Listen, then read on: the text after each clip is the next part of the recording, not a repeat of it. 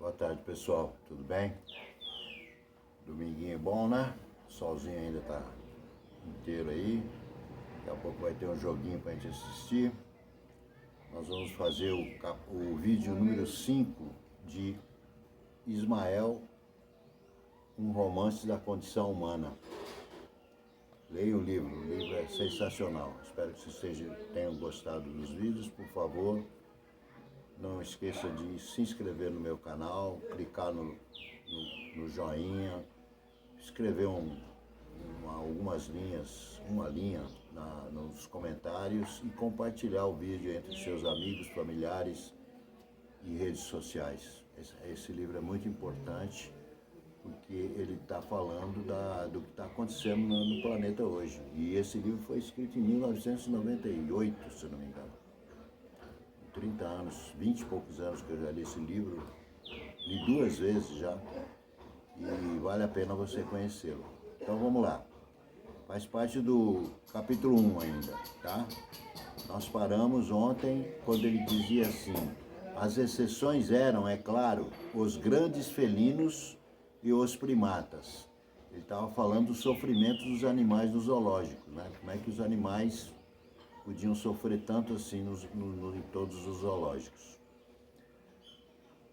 Para encurtar a história, fui vendido ao proprietário de um mini zoológico ambulante em uma jaula vaga.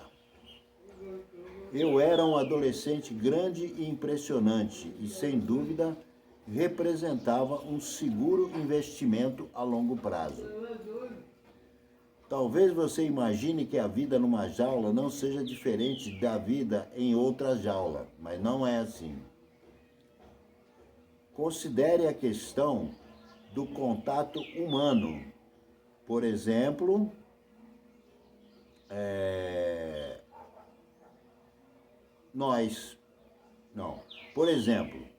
vou repetir. Talvez você imagine que a vida numa jaula não seja diferente da vida em outra jaula, mas não é assim. Considere a questão do contato humano, por exemplo. No zoológico, todos os gorilas tinham consciência de nossos visitantes humanos. Era uma curiosidade para nós, algo que valia a pena olhar, como pássaros ou esquilos ao redor de uma casa de interesse para uma família humana. Era claro que aquelas estranhas criaturas estavam lá nos olhando, mas nunca nos ocorreu que viesse com um propósito definido. No mini-zoo, todavia, rapidamente obtive um verdadeiro entendimento desse fenômeno. De fato, minha educação nesse ponto começou logo que me puseram em exposição. Um pequeno grupo se aproximou-se do meu vagão e, após um momento, começaram a falar comigo. Fiquei atônito. No zoológico, os visitantes falavam uns com os outros, nunca conosco. Quem sabe essa gente se confundiu, disse comigo. Quem sabe pensa que sou um deles.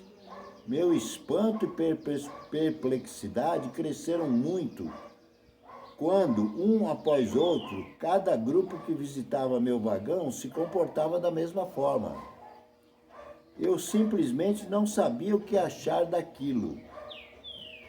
Naquela noite, sem me dar conta do que fazia, tentei pela primeira vez comandar meus pensamentos para resolver um problema. Seria possível, perguntei-me, que minha mudança de local tivesse de alguma forma mudado a mim? Quer dizer, ele saiu de um zoológico, né, enorme, cheio de animais presos, né, em várias jaulas, em vários locais, e foi morar. O cara levou ele, colocou ele dentro de uma mini jaula, ele sozinho. Não me sentia em absoluto mudado, e certamente nada em meu aspecto parecia ter mudado. Talvez, pensei eu, a gente que me visitara naquele dia pertencesse a uma espécie diferente da gente que ia ao zoológico. Mas tal raciocínio não me convenceu. 2 grupos eram idênticos em todos os detalhes, com uma exceção. Um grupo falava entre si, ao passo que o outro falava comigo. Até o som da conversa era o mesmo, tinha de ser outra coisa. Na noite seguinte, voltei a atacar o problema. Raciocinei da seguinte forma: se nada mudou em mim e nada mudou neles, então outra coisa devia ter mudado. Eu sou o mesmo e eles são os mesmos. Logo, alguma outra coisa não é a mesma. Analisando a questão dessa maneira, eu só via uma resposta. No zoológico houvera muitos gorilas, mas ali só havia um. Senti o impacto disso, mas não consegui imaginar por que os visitantes se comportariam de um modo na presença de muitos gorilas e de outro na presença de um só gorila.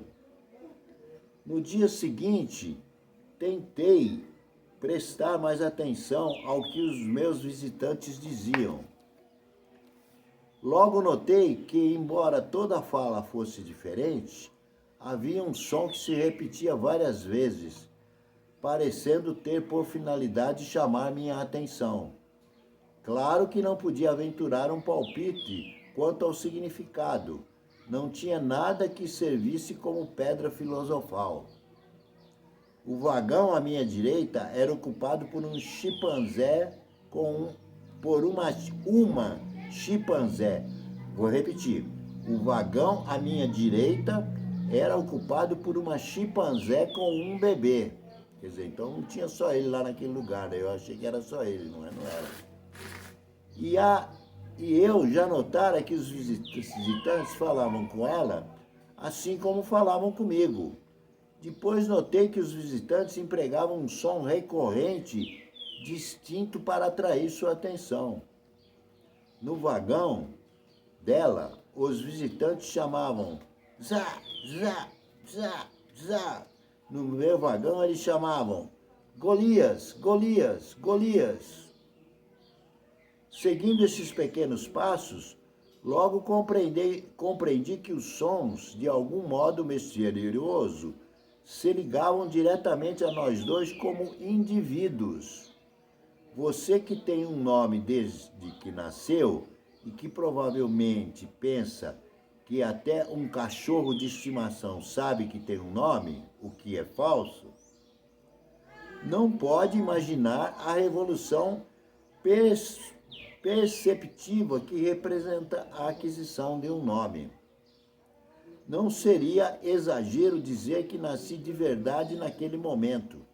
Nasci como pessoa. O gorila falando, nasci como pessoa porque deram um nome a ele. Da compreensão que eu tinha um nome à compreensão de que tudo tinha um nome, não foi um grande salto. Você pode pensar que um animal enjaulado não tem muita oportunidade para aprender a linguagem de seus visitantes, mas não é assim. Mini zoos ambulantes atraem famílias e logo descobri que os pais incessantemente instruem seus filhos nas artes da linguagem. Olha, Johnny, aquilo é um pato. Consegue dizer pato? Pato! Sabe como o pato fala? O pato fala assim, quack, quack, quack.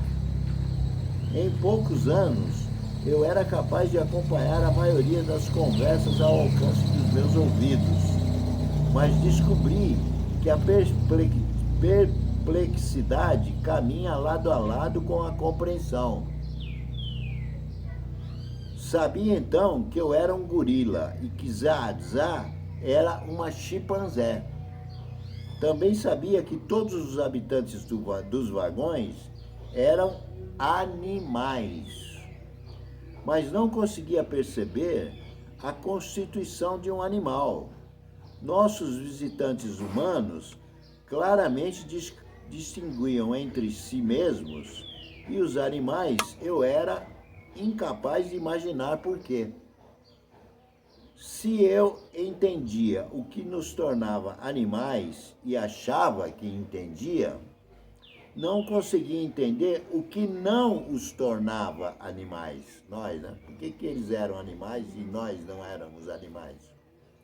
E somos, né? E os mais cruéis desse planeta, né? É a minha opinião, né? Claro. A natureza de nosso cativeiro já não era um mistério, pois, ao vir a ser explicado para centenas de crianças, vou repetir, a natureza de nosso cativeiro já não era um mistério, pois a ouvira ser explicada para centenas de crianças. Era um mini zoo que as famílias levavam as crianças lá para conhecer os animais, né? Os outros animais. Todos os animais do mini zoo ambulante tinham originalmente vivido em algo chamado a selva, que se estendia por todo o mundo, fosse lá o que o mundo significasse. Havíamos sido levados da selva e reunidos num lugar porque, devido a algum estranho motivo, as pessoas nos achavam interessantes. Mantinham-nos em jaulas porque éramos selvagens e perigosos. Termos que me confundiam, porque, evidentemente, se referiam a qualidades que eu simbolizava. Quero dizer que quando os pais queriam mostrar aos seus filhos uma criatura particularmente selvagem e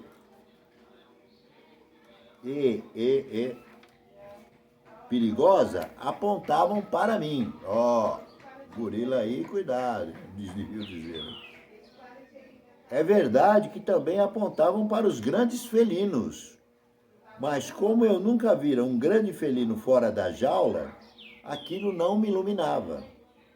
Em geral, a vida no mini zoo ambulante era um progresso em relação à vida no zoológico, porque por não ser tão opressiva e maçante, não me ocorreu ficar ressentido com os guardas. Embora tivesse um âmbito de movimento maior, pareciam tão presos ao mini zoo quanto nós, e eu nem sequer suspeitava que vivesse uma existência totalmente diferente do lado de fora. Diversa, né? Diversa do lado de fora. Teria sido tão plausível que a lei de Boyle tivesse me ocorrido quando a ideia de que fora injustamente privado de um direito nato, tal como o direito de viver como bem entendesse. Devem ter se passado 3 ou 4 anos. Então, num dia chuvoso, quando o local estava deserto, recebi um visitante peculiar. Um homem solitário que me pareceu um ancião alquebrado, mas que, como soube mais tarde, tinha apenas 40 e poucos anos. Até sua aproximação foi notável. Foi parado na entrada do mini zoo, olhou metodicamente um vagão de cada vez e depois dirigiu-se diretamente para o meu. Parou em frente à corda que se estendia a 1,5 metros da jaula, plantou a ponta da bengala no chão diante de meus pés e mirou intensamente meus olhos. Por nunca ter ficado abalado com a atenção humana, placidamente retribuí seu olhar. Fiquei sentado e ele ficou em pé por vários minutos, ambos sem nos mexermos. Lembro-me de que senti uma admiração incomum por aquele homem, que suportava tão estoicamente o chuvisco que escorria pelo seu rosto e ensopava suas roupas. Enfim, ele se aprumou, acenou-me com a cabeça como se tivesse chegado a uma conclusão cuidadosamente estudada. Você não é Golias, disse ele. Com isso, virou-se e voltou com os passos firmes por onde viera, sem olhar para nenhum lado. Vamos parar aqui, porque senão não vai dar aqui, não cabe no vídeo. Esse foi o vídeo 5. O próximo vai ser o vídeo 6, que começa o item 4 do capítulo 1. Um grande abraço para vocês, um bom final de domingo, e a leitura faz com que você se amadureça, você cresça, você cure a sua tristeza, saia da depressão, sai de fora de você e vai lá para fora ver como é que é o mundo. Então, leia bastante. Não só esses livros que eu indico, como tantos outros que existem. Um grande abraço, bom final de domingo e um ótimo começo de semana. Adeus.